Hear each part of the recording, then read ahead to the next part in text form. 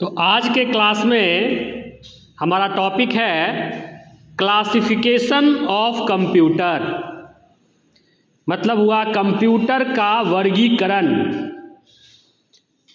ठीक है, इस दुनिया में जितने प्रकार का कंप्यूटर या कंप्यूटिंग डिवाइस यूज होता है उन सब का चर्चा और उसको अलग अलग वर्ग में अलग अलग क्लासिफिकेशन करके हम लोग चर्चा करेंगे। तो कहता है कंप्यूटर को 3 आधार पर वर्गीकृत किया गया है। ठीक है, पहला आधार है बेस्ड ऑन मैकेनिज्म, कार्य प्रणाली के आधार पर, उसका जो काम है उसके आधार पर। दूसरा है साइज के आधार पर, आकार के आधार पर। और तीसरा है बेस्ड ऑन पर्पस, उद्देश्य के आधार पर। अब कहोगे किसी चीज को अलग अलग ढंग से वर्गीकरण करने का क्या मतलब है?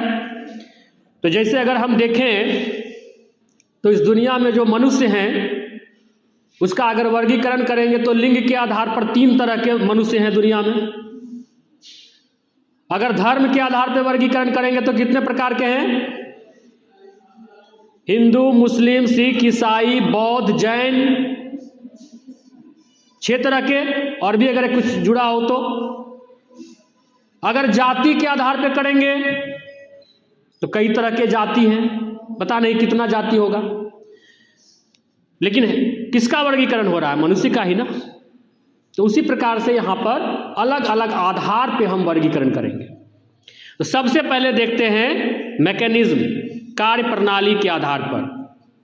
कंप्यूटर 3 प्रकार का होता है, एनालॉग कंप्यूटर, डिजिटल कंप्यूटर और हाइब्रिड कंप्यूटर। एनालॉग कंप्यूटर जो होता है वो एक विशेष प्रकार का कंप्यूटर है जिसका उपयोग एनालॉग डेटा को प्रोसेस करने के लिए किया जाता है। जैसे भौतिक मात्रा, प्रेशर मतलब दाब, टेम्परेचर तापमान, लेंथ लंबाई, हाइट ऊंचाई आदि को माप कर उसके परिमाप को अंकों में व्यक्त करने के लिए एनालॉग कंप्यूटर का उपयोग होता है। मुख्य रूप से यह विज्ञान और इंजीनियरिंग के क्षेत्र में प्रयोग किया जाता है। उदाहरण के तौर पे पेट्रोल पंप में लगा एनालॉग कंप्यूटर पंप से निकले पेट्रोल की मात्रा को मापता है और लीटर में दिखाता है तथा उसके मूल्य की गणना करके स्क्रीन पर दिखाता है। मतलब वहां भी एक कंप्यूटर लगा हुआ है। इसके अलावे स्पीडोमीटर, यह एक एनालॉग कंप्यूटर है जिसका इस्तेमाल कार की स्पीड को मापने के लिए किया जाता है। थर्मामीटर, यह भी एक एनालॉग कंप्यूटर है जिसका इस्तेमाल हॉस्पिटल में मरीज के तापमान को मापने के लिए किया जाता है। यह सब किस कैटेगरी में आता है? एनालॉग कंप्यूटर के कैटेगरी में। अब हम कहेंगे सर ये थर्मामीटर कंप्यूटर कब से हो गया? तो दरअसल वैसा कोई भी डिवाइस जिसमें इनपुट प्रोसेस आउटपुट हो रहा हो वो एक कंप्यूटिंग डिवाइस ही है, वो एक कंप्यूटिंग। तो यहां पर टेम्परेचर इनपुट के रूप में दिया गया, उसको वो नापा तो प्रोसेस किया और आउटपुट में हमको बताया कि अभी 100 डिग्री बुखार है। तो इनपुट प्रोसेस आउटपुट हुआ या नहीं हुआ? तो ऐसा कोई भी डिवाइस जिसमें इस तरह का काम हो रहा है उसको हम कंप्यूटिंग डिवाइस ही कहते हैं। अगला प्रकार है डिजिटल कंप्यूटर।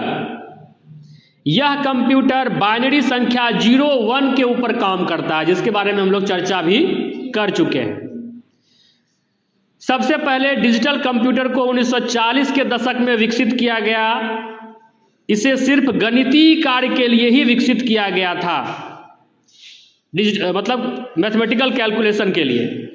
डिजिटल कंप्यूटर किसी भी काम को करने के लिए बाइनरी संख्या 0-1 का उपयोग करता है। इनपुट के रूप में यह डिजिटल डेटा लेता है और आउटपुट के रूप में यह डिजिटल इंफॉर्मेशन हमें देता है। साथ में इसके पास एक स्टोरेज डिवाइस होता है जिसमें यह बड़ी मात्रा में डेटा को स्टोर करता भी है। इसकी प्रोसेसिंग स्पीड भी काफ़ी अधिक होती है और एग्जाम्पल के रूप में कहता है एप्पल के द्वारा बनाया गया हुआ कंप्यूटर मैक, दूसरा IBM के द्वारा बनाया गया कंप्यूटर जो हम लोग यूज करते हैं लैपटॉप और कंप्यूटर वगैरह, है ना, डिजिटल क्लॉक, है ना, वॉच जो आज के डेट में स्मार्ट वॉच यूज करते हैं, ये सब किसके अंतर्गत आएगा?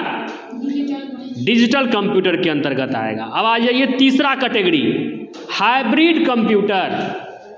हाइब्रिड कंप्यूटर एक अनोखा कंप्यूटर है जिसमें एनालॉग डाटा को इनपुट दिया जाता है और डिजिटल इंफॉर्मेशन प्राप्त किया जाता है।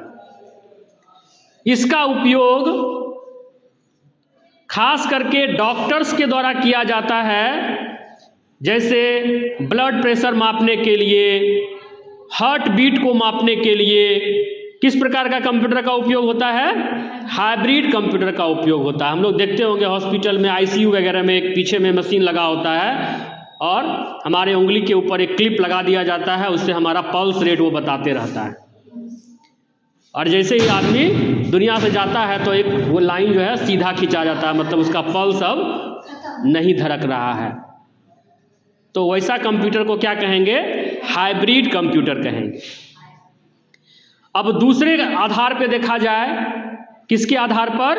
साइज के आधार पर। तो साइज के आधार पे कंप्यूटर को 4 तरह से बांटा गया है: super computer, main frame computer, mini computer और माइक्रो कंप्यूटर। सुपर कंप्यूटर आकार में सबसे बड़े होते हैं। यह काफ़ी तेज चलने वाला कंप्यूटर है जो अपने कार्यों को बहुत कम समय में पूरा कर देते हैं। सुपर कंप्यूटर का उपयोग बड़े बड़े कैलकुलेशन, साइंटिफिक एप्लीकेशन में किया जाता है। वैज्ञानिक और इंजीनियरिंग के लिए, वेदर फोरकास्टिंग के लिए, मौसम पूर्वानुमान लगाने के लिए, परमाणु ऊर्जा में, है ना, या फिर आप कह सकते हैं केमिकल इंजीनियरिंग में, एरोस्पेस क्षेत्र में किसका उपयोग होता है? सुपर कंप्यूटर का उपयोग होता है। इसमें कई सारे प्रोसेसर लगे होते हैं, काफ़ी तेज काम करता है, काफ़ी बड़े बड़े कैलकुलेशंस को करने का क्षमता इसके अंदर होता है। कहता है पहला सुपर कंप्यूटर 1976 में रोजर क्रे के द्वारा विकसित किया गया। इस कंप्यूटर का उपयोग चिकित्सा परीक्षण में के लिए किया गया था। यह दुनिया के सबसे शक्तिशाली कंप्यूटर हैं। सुपर कंप्यूटर की स्पीड को फ्लॉप्स, फ्लोटिंग पॉइंट ऑपरेशन पर सेकेंड में मापा जाता है। जैसे नॉर्मल कंप्यूटर के बारे में हम बताए थे MIPS, उसके स्पीड को मापने के लिए। तो यहाँ क्या है? फ्लॉप्स है। यह 1 सेकेंड में अरबों निर्देशों को प्रोसेस कर सकता है, मिलियन नहीं अरबों। इस कंप्यूटर में हजारों प्रोसेसर एक साथ आपस में जुड़े होते हैं। और भारत में पहला सुपर कंप्यूटर जो बनाया गया उसका नाम था परम 8000। क्या नाम था? परम 8000। ये पहला सुपर कंप्यूटर भारत में बनाया गया था। दूसरा सुपर कंप्यूटर का नाम है IBM समिट, तीसरा नाम है सनवे टेहुलाई और चौथा है क्रे HPE ट्राइनिटी। तो मेनली हम पहला याद रखेंगे, कौन सा? परम। ठीक है, भारत में बनाया गया पहला सुपर कंप्यूटर परम नाम से हम लोग बनाए थे। अब आ जाइए मेन फ्रेम कंप्यूटर। कहता है मेन फ्रेम कंप्यूटर जो है वो सर्वर कंप्यूटर के रूप में यूज किया जाता है। वैसा जगह जहां पर काफ़ी लार्ज कलेक्शन ऑफ डेटा को हम यूज करते हैं और किसी एक टर्मिनल से यूज नहीं करते हैं, मल्टीपल टर्मिनल से यूज करते हैं। मतलब जो यूजर है वो किसी एक जगह पे बैठा हुआ नहीं है, कई जगह पे से उसका यूज कर रहा है। जैसे मान लो बैंक, अगर हम बैंक का देखें तो हम किसी ब्रांच में जाके रुपया जमा कर देते हैं और वो किसी दूसरे ब्रांच से जाकर के वो अपना बैलेंस चेक करता है तो क्या दिखा देता है? बैलेंस उसका अपडेटेड दिखाई पड़ता है। या वो पैसा अपना निकासी भी कर सकता है, विथड्रॉल भी कर सकता है। तो हम यहाँ क्या देख रहे हैं कि किसी जगह से जमा हुआ, किसी जगह से बैलेंस चेक हुआ और किसी तीसरे जगह से हम निकाल भी सकते हैं, ATM से जाके हम निकाल भी सकते हैं। मतलब टर्मिनल उसका एक नहीं है, है ना? स्टोरेज एक ही है, तब तो वो डेटा निकाल रहा है, लेकिन टर्मिनल उसका एक नहीं है, अलग अलग टर्मिनल्स हैं और उसका उपयोग होता है, मतलब इसका सर्वर के लिए ज़्यादातर इस्तेमाल किया जाता है।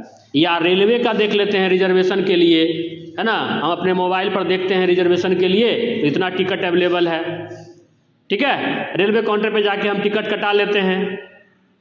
और तीसरा आदमी कोई कहीं से देखेगा तो उसको क्या होगा, वो दिखाएगा कि 2 टिकट कट चुका है। तो यहाँ भी क्या है, अलग अलग जगह से लोग उसको देख रहे हैं, लेकिन डेटा सब एक ही जगह पर अवेलेबल है। समझ में आ रहा है बात? तो बड़े बड़े सरकारी संस्थान, बैंक, रेलवे के द्वारा मेन फ्रेम कंप्यूटर का उपयोग सर्वर के रूप में किया जाता है। इसको 1950 के दशक में IBM के द्वारा विकसित किया गया था। और कुछ उदाहरण जो है, एक बात और, मेन फ्रेम कंप्यूटर जो है वो लगातार 24 घंटा ऑन रहता है, ये कभी बंद होता नहीं है, क्योंकि अगर बंद हो जाएगा तो पता नहीं कहाँ से कौन आदमी उस डेटा को यूज करना चाहेगा, तो बंद हो जाएगा तो दिक्कत हो जाएगा, ठीक है। इसको बहुत कूलिंग जगह पे रखा जाता है, बहुत हैवी AC इसके आसपास लगाया जाता है ताकि ये गर्म नहीं हो, क्योंकि ये दिन रात 24 घंटा काम करता है। मेन फ्रेम कंप्यूटर के उदाहरण हैं IBM Z series, system Z9, system Z10, CDC cyber, ये सब उदाहरण के तौर पे मेन फ्रेम कंप्यूटर का नाम है। इसके बाद आता है मिनी कंप्यूटर। कहता है मिनी कंप्यूटर जो है वो माइक्रो कंप्यूटर का ही एक छोटा रूप है। मेन फ्रेम कंप्यूटर जो है वो कई लाख में मिलता है, तो बड़ा बड़ा जो ऑर्गेनाइजेशन है जिसका बहुत ज़्यादा टर्मिनल है, जिसका बहुत ज़्यादा यूज़र है, वो तो इसका उपयोग कर सकता है, लेकिन जो छोटा संस्थान है जिसका उतना ज़्यादा नहीं है ना, यूज़र है, टर्मिनल्स उसको है लेकिन कम है, जैसे कोई यूनिवर्सिटी, उसको क्या है, मुश्किल से 50 को उसका होगा टर्मिनल, तो ऐसे स्थिति में उसके लिए कम बजट का मेन फ्रेम कंप्यूटर बनाया गया, उसका कैपेसिटी भी कम कर दिया गया, उससे कॉस्ट भी घट गया और उसका नाम रखा गया मिनी कंप्यूटर। यह माइक्रो कंप्यूटर का ही एक छोटा वर्जन है, रूप है। कहता है 1960 में IBM के द्वारा जो है मिनी कंप्यूटर विकसित किया गया और इसके उदाहरण हैं IBM AS400, Honeywell 200, Motorola 68040, MV1500, ये सब नाम है, कंप्यूटर का नाम है। इसके बाद आ जाइए आप माइक्रो कंप्यूटर। कहता है माइक्रो कहने का मतलब है कि यह अभी तक जो हम डिस्कस किए उसके तुलना में काफ़ी छोटा कंप्यूटर है, सिंगल यूजर है, एक जगह पे बैठ के यूज होने वाला कंप्यूटर है, और इस कंप्यूटर के अंतर्गत हम पर्सनल कंप्यूटर का उपयोग करते हैं, जिसके अंदर आता है desktop computer, laptop computer, tablet, smartphone, smart watch, ये सब किस प्रकार का कंप्यूटर है, माइक्रो कंप्यूटर है। कहता है 1970 के दशक में माइक्रो कंप्यूटर जो है वो विकसित किया गया।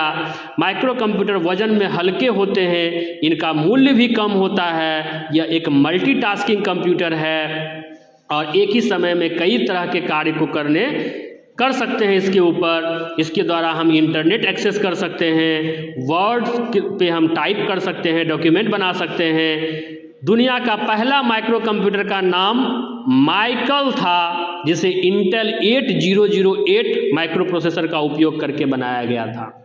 माइक्रो प्रोसेसर पिछले क्लास में भी हम लोग चर्चा किए थे, एक चिप होता है जो हमारे डेटा को क्या करता है, प्रोसेस करता है। तो इसमें किस तरह का उपयोग किया गया था, इंटेल 8008 प्रोसेसर का उपयोग किया गया था। आज के डेट में जो हम लोग कंप्यूटर खरीदते हैं उसमें i3, i5, i7 प्रोसेसर का उपयोग होता है, ठीक है। और प्रोसेसर के आधार पे ही कंप्यूटर का कॉस्ट भी निर्धारित होता है। अगर आप i3 कंप्यूटर खरीदते हैं उसका कॉस्ट कम होगा, लगभग 30,000-35,000 में आपको मिल जाएगा। अगर आप i5 कंप्यूटर खरीदने के लिए जाइएगा तो 50,000 से ऊपर का आएगा। i7 खरीदने के लिए जाइएगा तो 1 लाख के आसपास आएगा। तो वो भी डिपेंड करता है किसके ऊपर, माइक्रो प्रोसेसर के क्षमता के आधार पर ही, क्लियर हो गया। तो साइज के आधार पे हमारा कंप्यूटर कितने प्रकार का है, 4 प्रकार का है। अब आ जाइए उद्देश्य के आधार पर, पर्पस के आधार पर हमारा 2 प्रकार का कंप्यूटर होता है। एक जनरल पर्पस कंप्यूटर होता है जिसका उपयोग कोई भी आदमी अपने पर्सनल काम के लिए करता है, और दूसरा स्पेशल पर्पस कंप्यूटर होता है जिसका उपयोग कोई खास तरह के लोग अपने खास तरह के काम में करते हैं, जैसे साइंटिस्ट के द्वारा, डॉक्टर्स के द्वारा अलग अलग प्रकार का कंप्यूटर यूज होता है ना। आज के डेट में ऑपरेशन वगैरह करने के लिए भी लोग कंप्यूटर का इस्तेमाल करते हैं, सर्जरी करने के लिए, तो वो एक अलग प्रकार का कंप्यूटर हो गया, है ना। मौसम का पूर्वानुमान लगाना है तो वो साइंटिस्ट के द्वारा यूज होगा, वो एक अलग प्रकार का कंप्यूटर होगा। तो पर्पस के आधार पे एक अलग प्रकार का कंप्यूटर हो गया, और जनरल पर्पस जो सभी के लिए उपयोग होता है, और स्पेशल पर्पस मतलब किसी खास प्रोफेशन के द्वारा किसी खास काम के लिए उपयोग किया जाने वाला कंप्यूटर स्पेशल पर्पस कंप्यूटर होता है। ठीक है, तो ये था हमारा कंप्यूटर का वर्गीकरण, जिसको हम लोग